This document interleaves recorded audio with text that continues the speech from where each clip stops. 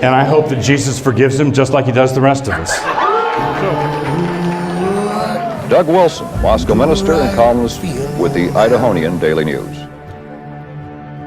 The question that confronts us is, what does it mean in a disobedient culture to be prophetic? There be a place for same-sex couples? No marriage. Even though it's the law of the land in the United States? Just like Roe used to be. We want to turn the world upside down, and you don't turn the world upside down by being nice. I believe that we are in this polytheistic, pluralistic moment, and the desperate need of the hour is for our Christian leadership to say, Jesus is Lord, and there is no other. Fear no man. Hey y'all, it's Tuesday on CrossPolitic, Fight Laugh Feast Network. Pastor Toby Chuck Knox on the Water I played Boy. the wrong music. It's okay. I should have been like breaking news. Breaking news music, Oh, you know? do it now. Okay. Do it now. I'm just gonna And do it. wow, we got Megan Basham in the studio also. Thank you for coming in. It's great. It's the there Where it we goes. at? There we go. And There we breaking go. news. Megan Basham. She's in the studio. She's breaking news. I'm the breaking news. Hey, this year our Fight Laugh Feast conference is at the Ark Encounter in Kentucky on the politics of six-day creation. Breaking news is coming. Hold on. The politics of six-day creation is the difference between a fixed standard of justice and a careening standard of justice. The difference between the corrosive relativism that creates mobs and anarchy that we are currently seeing in our streets and the freedom of objectivity, truth, and due process. The politics of six-day creation establishes the authority and sufficiency of God's word for all of life. From what is a man, what is a woman, when does human life begin, or how should human society best be organized? All of that is found in the first 3 chapters of Genesis, believe it or not. But you got to read the Old Testament to get there. Don't tell him. Don't tell him. Really? You gotta get there. Wow. Don't let him. Sorry.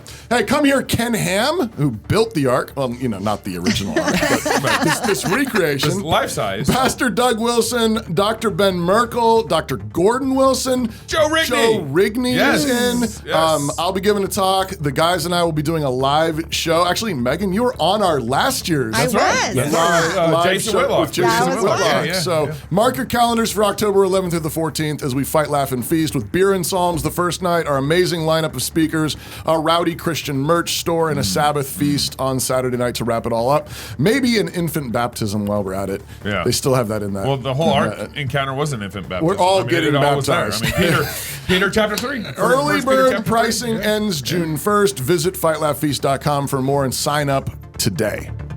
You never noticed that this he music reads has so got much my better. heart. I was gonna I say. know. I'm like, when's the news gonna break? I gotta talk about it. You ever notice how Pastor Toby reads with music? It's so different. It's like, I know. He's good with he's it. moved with it. He got a little A flow. little more energy. So before we get to the breaking news, we still aren't there yet. All right, I'll Okay, stop. stop it just for a minute. Right. Bring it back. My heart is like beating.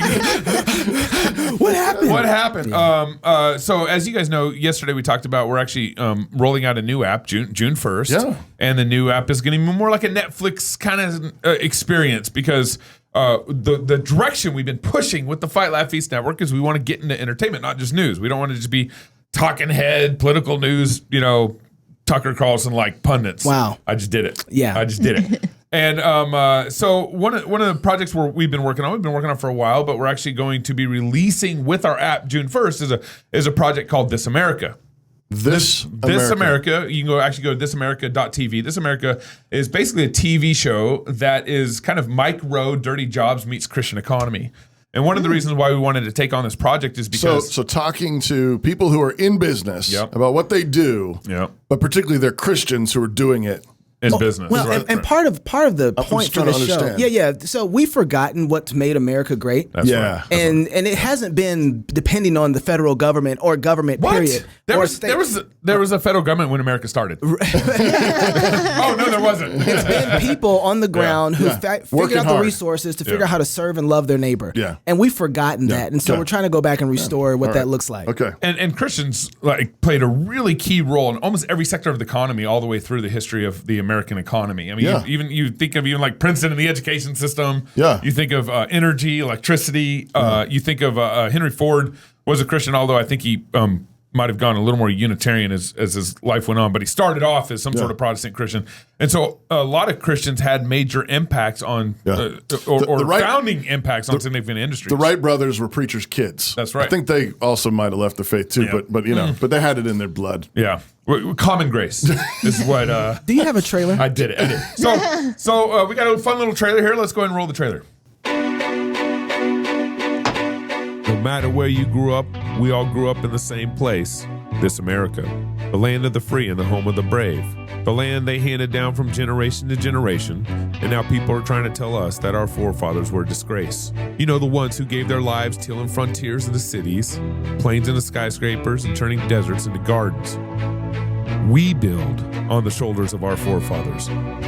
We don't trample on their graves, because the old paths they cleared paved the way for us to greater heights.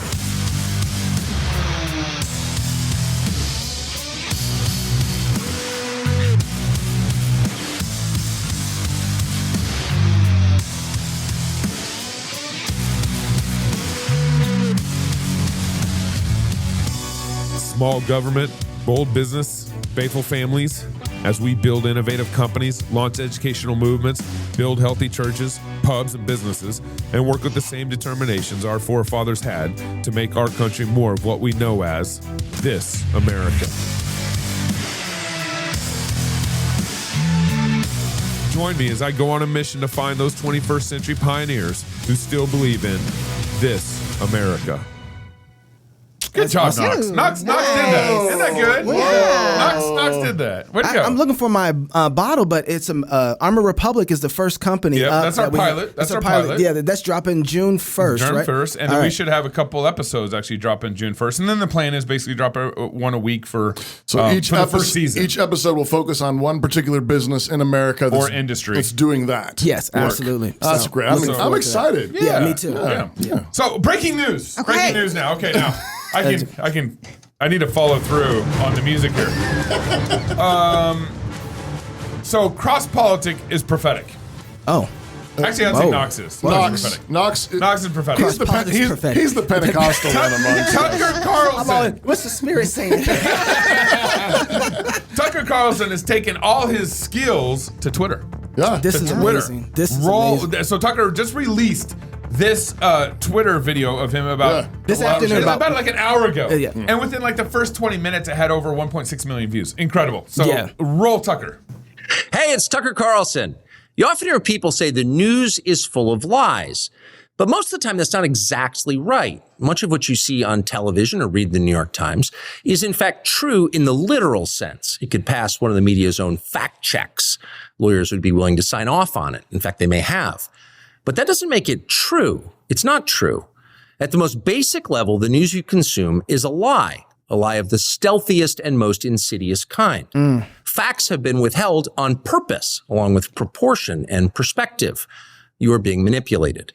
How does that work? Let's see. If I tell you that a man has been unjustly arrested for armed robbery, that is not, strictly speaking, a lie.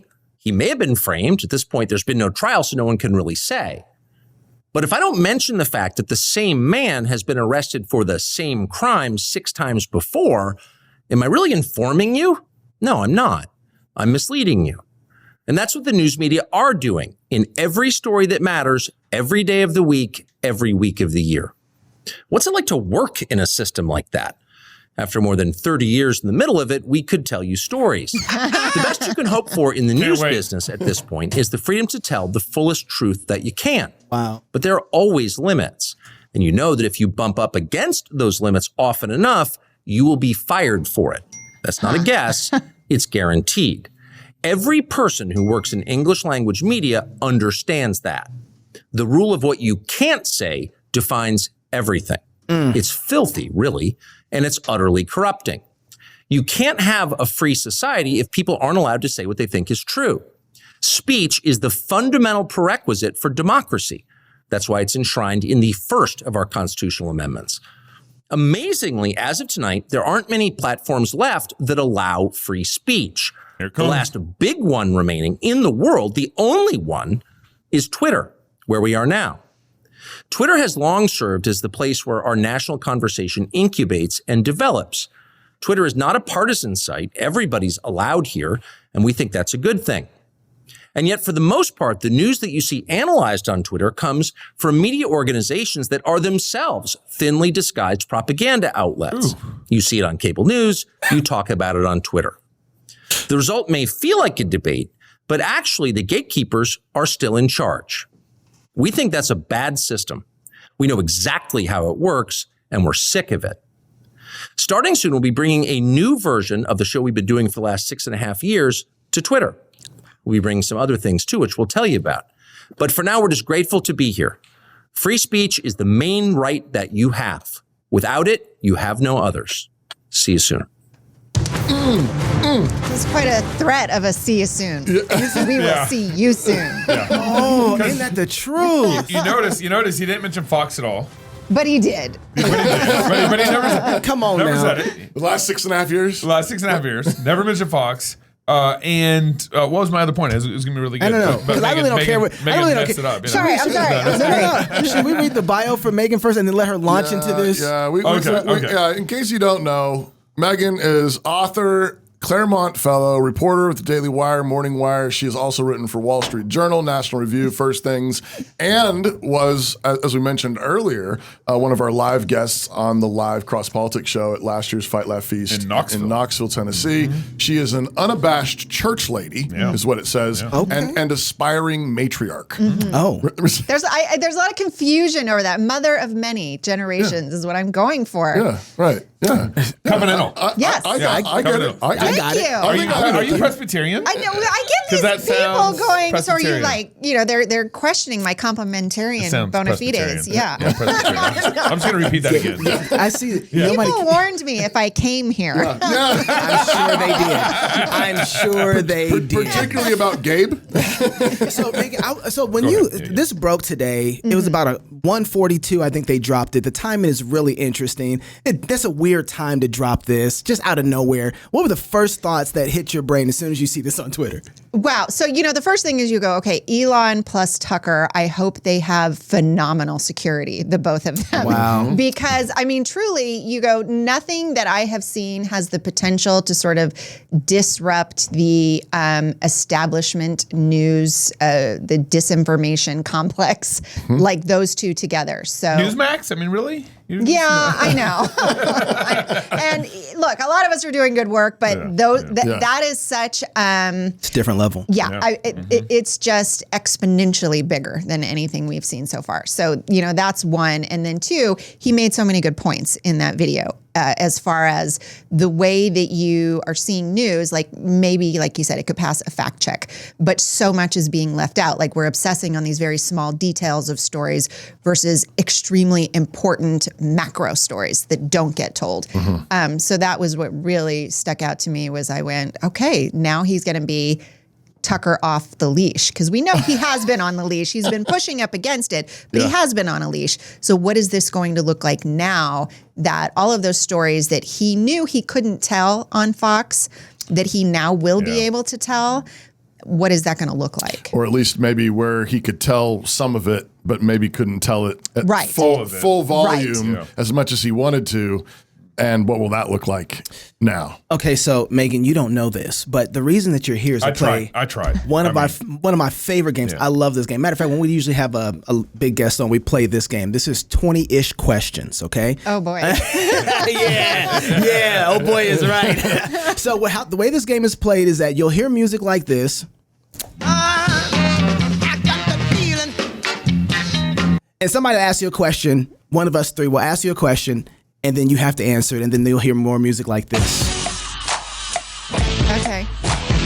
And then you'll get another question. Yeah. Okay. So as soon as you're done answering your question, you'll hear more music, and then we'll go to the next question. Usually 10 words or less. I was going to say, I'm a girl. You better give me a limit, because I could give you a really long story. movie or. So think about each question having about 60 to 90 seconds for a response. So we'll give you that, all right? And if I just start playing music, you know you went over. And you need to, Like at the Oscars. Exactly. You're being played off. Wrap it up.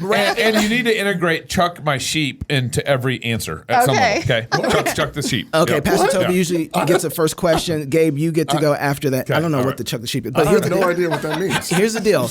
You only get one. I'm not answering that. All right, you only get one of those. So every question after that, you kind of I've have never to. told that to anyone else. Yeah, well, I'm kidding. I think I have. I'm kidding. I think I'm you're kidding. right. Rules I'm change kidding. every time. I'm kidding. All right, so Are you here we gonna go. play the music? 20-ish questions.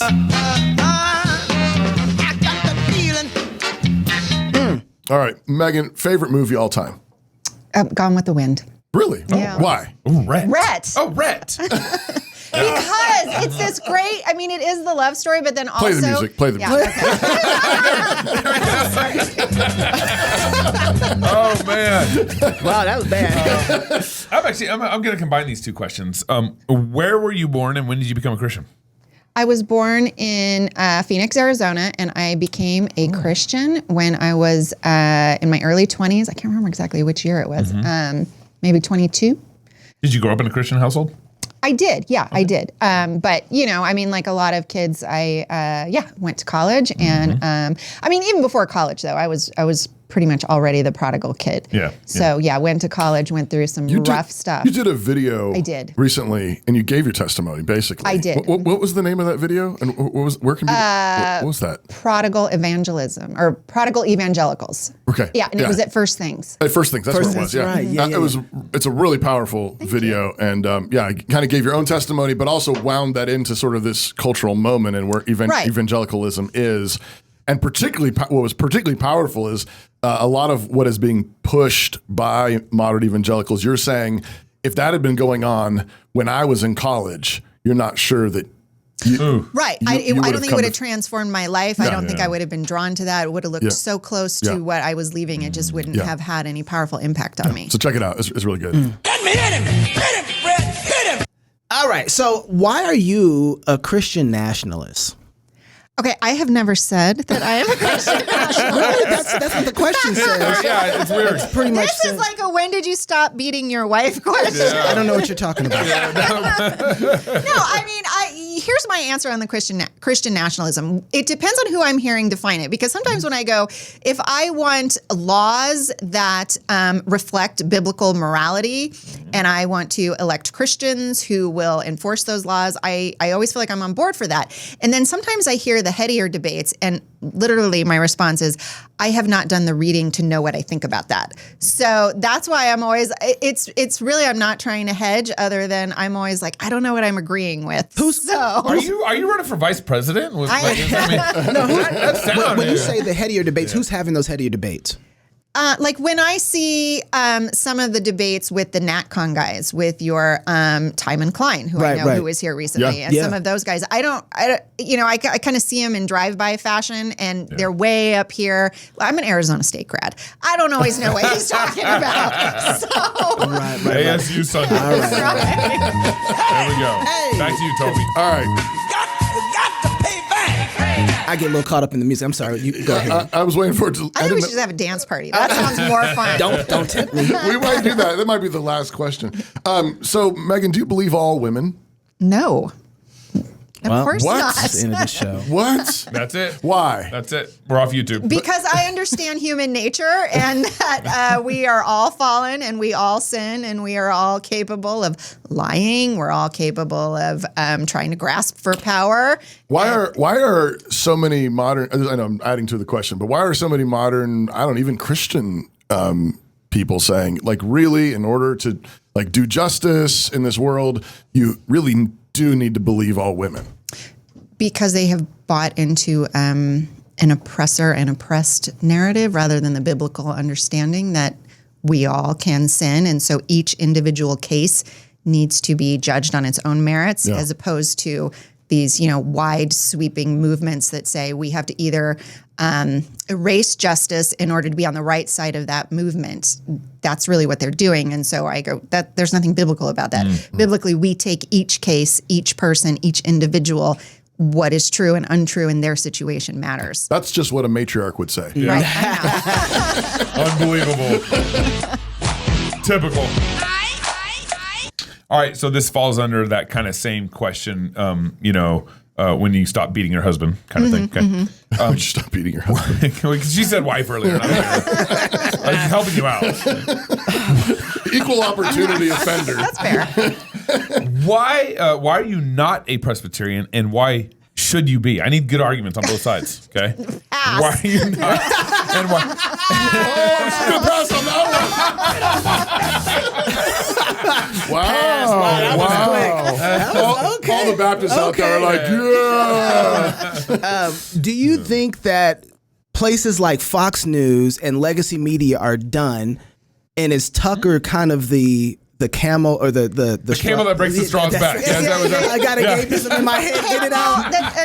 Under the tent. Straw that got him in the camel's tent. Straw under the tent of the camel. Is Tucker the person who's really started that? And is he going to be the one who actually breaks legacy media? I mean, he definitely has that potential, particularly. It'll be interesting to see, other than the fact that it's on Twitter. We know, of course, that he interviewed Elon right before all of this happened. So it'll be interesting to see exactly how much support he's getting there, how much partnership is happening here. Like, how much is Elon involved in that? So I think that's going to play a role in this. But yeah, I mean, look, the reality is broadcast media in general has been dying. I mean, Fox has, been the last bastion of hope. Yeah, and I think, but I don't even think it's a question of, is it because they're woke or because they're left? I mean, the reality is technology is changing this. And technology has been such a democratizing force. And I think that is why you have seen this anxiety to suppress it. So if I'm sorry, I want to double click on this. If technology is changing it and they have a whole bunch of money to get the tech, why wouldn't they still be at the top? Well, because look at how many people do you know that watch cable news? I mean, even at Fox, how old are the people who are watching Fox? Yeah. I mean, it's just an older, dying model. I mean, if you look at even local broadcasting, how many people do you know that watch their local news anymore? Yeah, hardly nobody. Yeah. So, and look, cable news is going that way too. I mean, it may take longer, but the reality is, how many Gen Zers, how many even millennials do you know that are like watching cable news? Yeah. Wow. Oh, yeah. Get up off of that thing! Megan, what was the most important story from last year, in your opinion? Like the entire media, or like in my world? I'll give you two. Yeah, gosh. sure. Your Entire world, media. Sure. And in your world. I mean, that Tucker reported on. Wow, that's really broad. I mean, one of the big stories to me, since we touched on Me Too, is when I look at the church, I do think that this abuse issue, that, things that I covered, that was really important because of how that particular issue has been wielded to bring in other things. So, it has gone from this is a wrong, we need to right to protect women and children, to we need to have women in the pastorate, to you'll notice how many of the activists in that space are also LGBTQ aligned, and they're kind of bringing that in with them as well. So, I did several stories in this space, but one of them being like Rick Warren. It shocked me that, I brought forward evidence going, look, Saddleback has been partnering. Not only are they pushing women in the pastorate, Rick Warren just sort of had this out of nowhere, this abuse is terrible and needs to stop. And it was almost like an old man yells at a cloud, like it was apropos of nothing. It wasn't related to anything. It was like he was just getting criticism, so time to yell abuse. And so all of those things seem to be touching each other, and I'm still kind of untangling why do all these things touch each other. When we talked to you actually when you had the story that came out about the Saddleback Church and the connections with LGBT ministries and stuff. What's been the response to that? Nothing, and that has been shocking to me. I know I'm so naive. I thought there would at least be a gosh, we didn't know. Now I will say Saddleback has gone through and deleted every single page on their website that involved that ministry, but they've not said anything. They haven't addressed it. SBC leadership, as far as I know, is still planning to allow Rick Warren to make his appeal to set a precedent for women pastors in the SBC, and the largest Protestant denomination in the U.S. Yeah. So to me, leadership should have at least said, okay, we'll have to ask about this too. We need to know, why were you partnering with an LGBTQ affirming ministry? I think I got all the letters there. That you missed a few. Silent You missed P. half the alphabet. That's just what a matriarch would say. And so I just have to, it seems like the SBC leadership really doesn't like you, which is really weird. You know? I'm trying to help you. I know, that's how I feel. But do you know what's going to happen if you do this? I mean, this is just my opinion. I don't have reporting on this, but I think that you will see a pretty big exodus for the doors if they do this. I think a lot of faithful churches will quietly leave if they do this. Yeah. So I can't quite figure out why they're not dealing with it in a more forthright manner. Mm.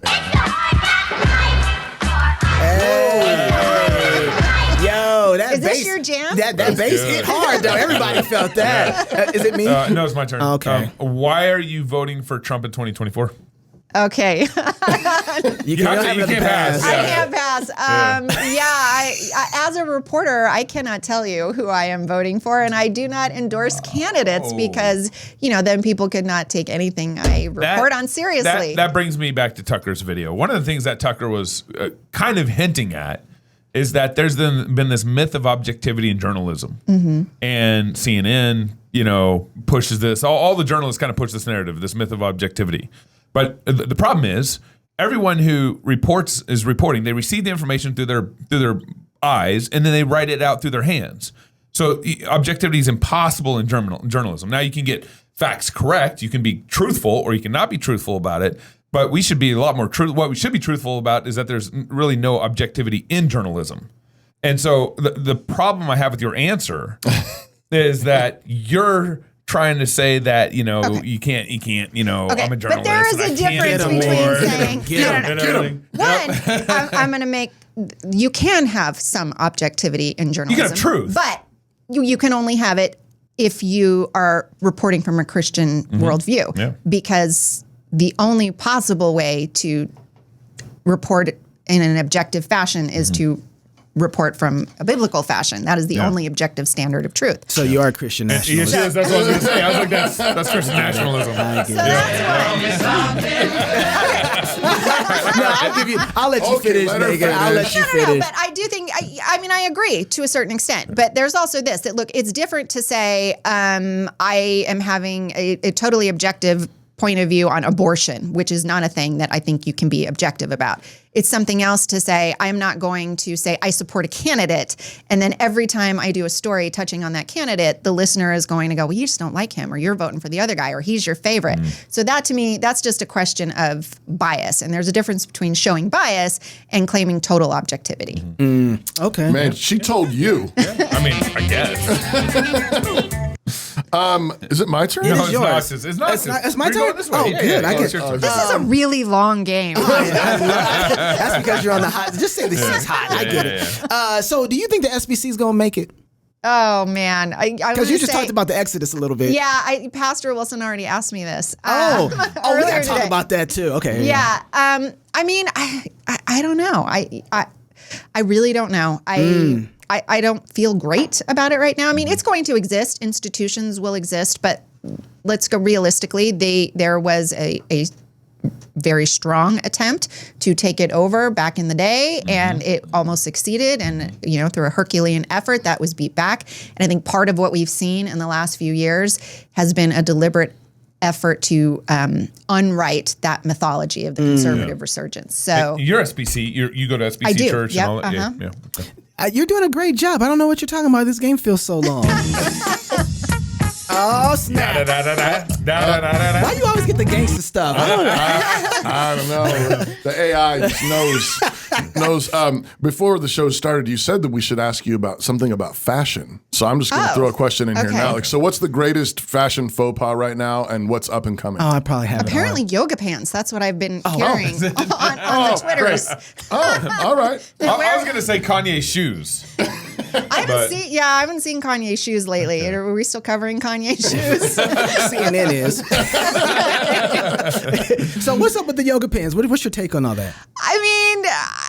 Oh gosh, this should be another I'm going to opt out. But I I see a point, and I'm going to say like my dad has really gotten. I didn't even know my dad knew what yoga pants were, but turns out he had an opinion about this and called me to make sure that my daughters are not wearing yoga pants out. So I mean, I'm pro yoga pants, but I do think you should wear something that's covering, like over your hips and cover your butt basically. And what Bible verse is that you're choosing? I know from? this is just pure discernment on my part as a mom that you can wear the yoga pants, but you should wear something long then.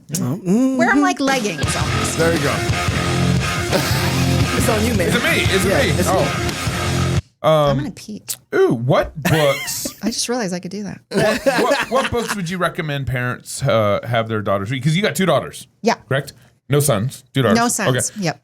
What books would you recommend parents read their daughters? Have their daughters read. Excuse me. Have their daughters read. I mean, I'm going to say some pretty typical classics. Like we love doing Little House on the Prairie. We love Little Bridges. I haven't done Little Bridges. Yeah. It's more like boy story. Ralph Moody. My kids. All my kids love Little Bridges. It's just good storytelling. Yeah, it is more on the boy side. I read them. I read them to my son. Y'all's question? Yeah. No, keep going. Keep going. Maybe you just let them have your question. Go ahead. No, I mean, Little House on the Prairie. What? And we do a lot of Jane Austen in our house. So and I will say my daughter's also my oldest, and this is like breaking my heart. She's not like huge into Austen yet, and I'm like, you're just not understanding it yet. Just wait. And because she's like in Charles Dickens. So I find spankings really effective for I know. to like stories. You don't like this story? Go to the bathroom. I just try mockery and Bet your favorite Jane Austen. Oh, Pride and Prejudice, obviously. Okay. Yeah. Obviously. Great movie. Also, that would have been a close second. So, what AI did you use to write your last article?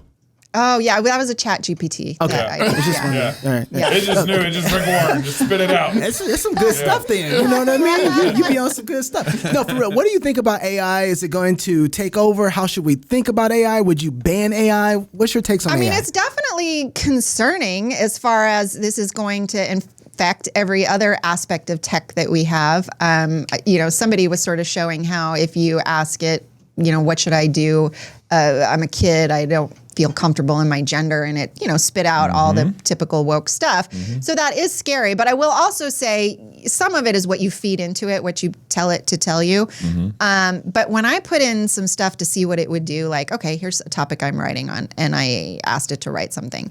It was so bad, and so like half of it wasn't correct. It didn't have context. So, I mean, we're very 1.0 here. I maybe will get more worried once we're like 3.0 because. But the thing is, people are concerned that it's going to take jobs. Like you saw the Tucker Carlson and Ben Shapiro talking about whether or not, and Shapiro saying, "Hey, man, you're interrupting the free market. Let it do its thing." What would you ban AI? I'm Team Tucker on that. So I mean, when he said yes, I know you're all libertarians, but I'm going to say no, we're Christians first. Not libertarians. Well, that's insulting. Not libertarians. more libertarian-ish.